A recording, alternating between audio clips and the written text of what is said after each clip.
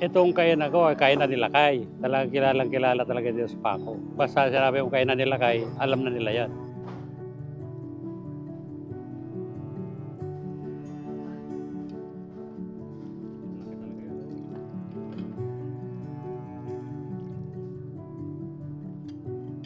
Pagtinda, medyo matagal na talaga. Dito, 1 year pa lang ako dito, itong November. Lumipat nga ako, galing ako Romaldez.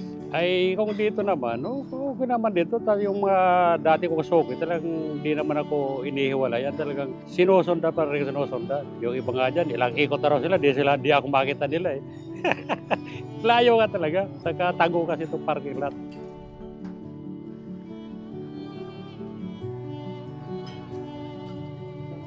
Ang tinitinda ko rin yung pakanang baboy, sinigang na maya-maya, beef stick, Bicol Express, dinakdakan.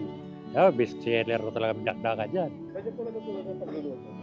Wala, ako lang, sariling kuwan ko lang yan, sariling imbento. Sariling imbento lang. Awa ng Diyos yung mga kuwan ko, mga imbento ko rin, pumatok naman. Kung itong hanapbuhay na talagang magandang hanapbuhay talaga 'to. Dahil libre na pagkain ninyo, pamilya, kumikita ka pa. Maganda talaga ito. Marami rin itulong sa'kin dahil itong mga anak ko, napatapos ko naman sila lahat. Awa ng Diyos, 3 sila, tapos sa kolehiyo lahat 'yan. Pagtitinda ko lang, sasakripisyo sa tindahan na 'yan.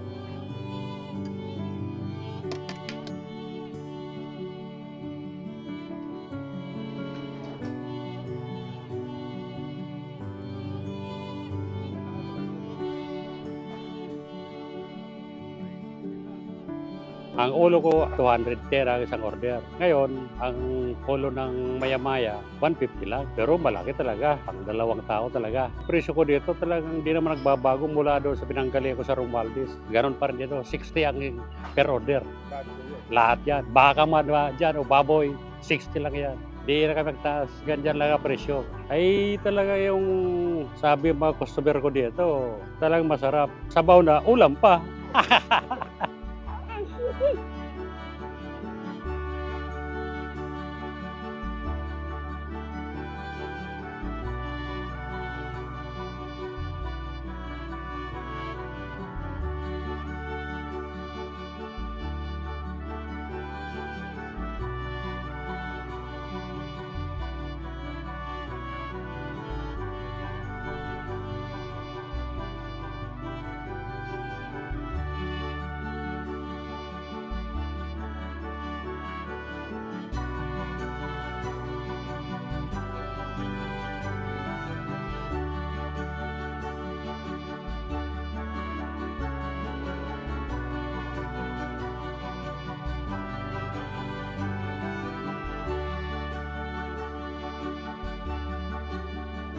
Pinapanawagan ko yung mga dating customer ko, pumunta lang kayo doon sa Pasig Street. Dito niyo matatagpuan si Lakay, kainan ni Lakay. Lumipat na ako. Dito sa harapan ng police station, Pasig Street, Paco, Manila. Pasok lang kayo sa malaking parking lot dito. Dito ko sa kalubloban. 210. O nagkakawa ng pag Lalapit talaga yan. Ano po yung katagalagis na lang?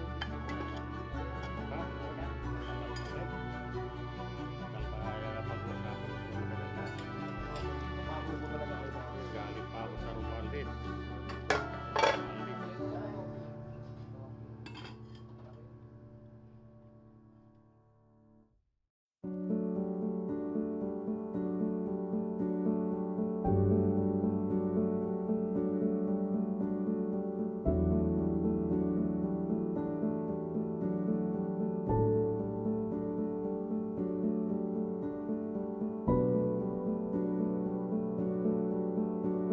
Tony's Kalabasang Okoy, pinakamasarap na Okoy sa buong Malabon.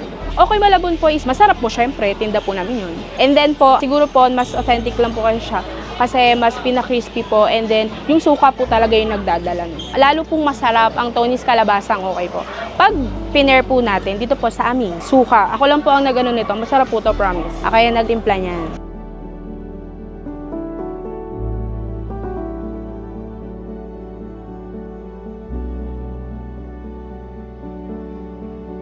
So, my name is Lyra G. Lutaw po, and dito po ang aming Tony's Kalabasang Okoy. Since 2006 po siya nag-start. Dati po, nung luma pa po itong palengke, nandun po kami sa pinakabungad po. May kasama po siya mga palamigan, mga pugo, ganyan po. So, we have po special okoy po. Overload po siya is 90 pesos po siya, and we have regular okoy po is 50 pesos po.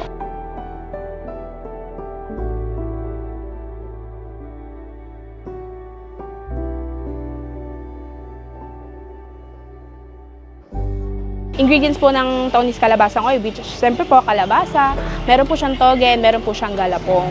Siyempre po kasama po dyan ang suka. So, first po, maglagay po tayo ng galapong, and then after po, maglalagay po ng toge, and then siyempre po yung kalabasa, and then tatap po natin siya ng hipon. And then after po, galapong po ulit, and then ihuhulog na po natin dito. So, yung mantika na po ang magbubuo lahat ng ginawa po doon sa gawa nating okoy.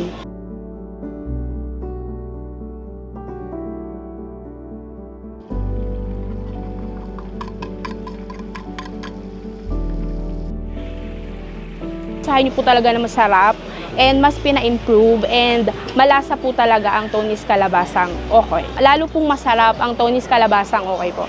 Pag piner po natin dito po sa amin, suka. Ako lang po ang nagano nito. Masarap po to, promise. Kaya nagtimpla niyan.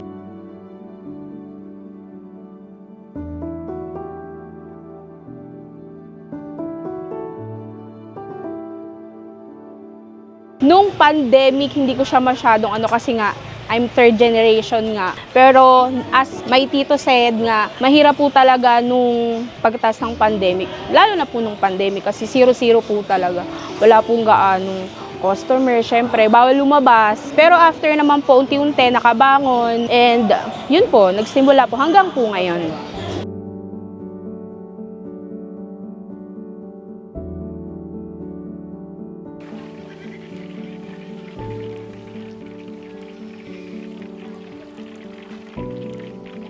Opening po namin is usually po 7:30 in the morning.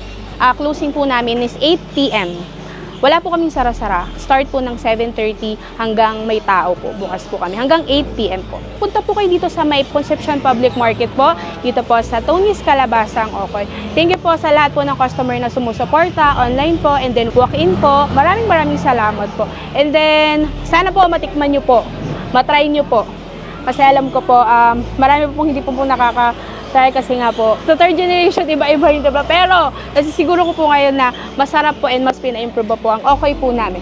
Tony's Kalabasang Okoy. Thank you po!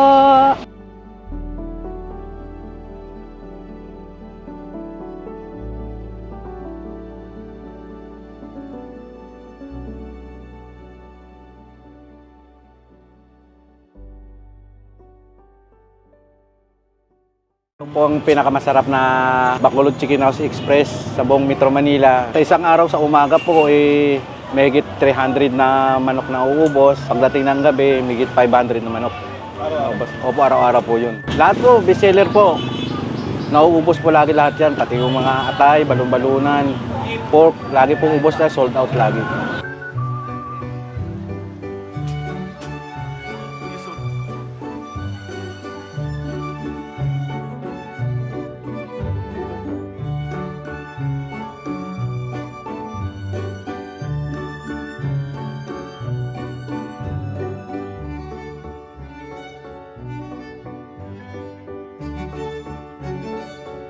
Ako nga pala si Richard Lopez, nagtatrabaho dito sa Bacolod Chicken House Express. Yung nagsimula yung pandemic, doon po siya lumakas, yung kumain na po si Chef JP, tapos yung nagbabalag si Chef JP, dito na po yung lalong lumalakas. Marami pong vlogger na pupunta dito pero hindi namin alam na nagbablog pala sila, nakikita sa YouTube, kaya lalo kami lumalakas ngayon.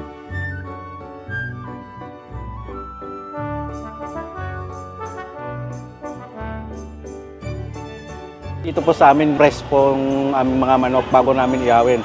Rekta luto po. Kaya sinasabi nila na mas masarap po yun. Pag naubusan kami, fresh talaga. Wala talaga kami na frozen. Fresh talaga pagkatapos namin na marinate. Tapos sinasabi namin sa customer na, Sir, hindi po natin makakuha kasi fresh po yung manok natin. Kaya minsan tumatagal po kami. Gano'n po katagal yung pagmamahal? Mahigit 2 hours. Sa isang araw sa umaga po, Mahigit 300 na manok na uubos. Pagdating ng gabi, mahigit 500 na manok. Araw-araw. Opo, araw-araw po yun.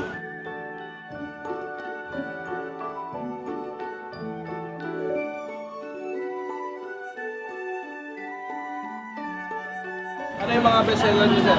Lahat po, bestseller po. Nauubos po lagi lahat yan, pati yung mga atay, balon-balunan, pork, lagi po ubos na, sold out lagi. Oo, isol, pit ng manok po yun, opo, lagi sold out po yun, kulang lagi.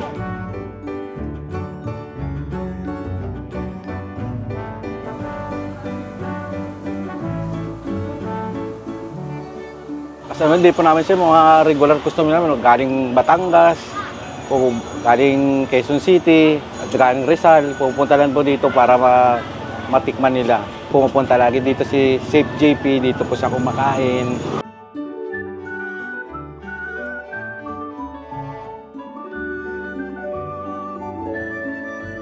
Isol, ng 50. Tapos yung manok natin, 145. Paapityo. Tapos yung wings, 105. Tapos yung limpo, 100. May rice na po ito. Ay, wala pa po. Magkano po yun? May 20, may 35.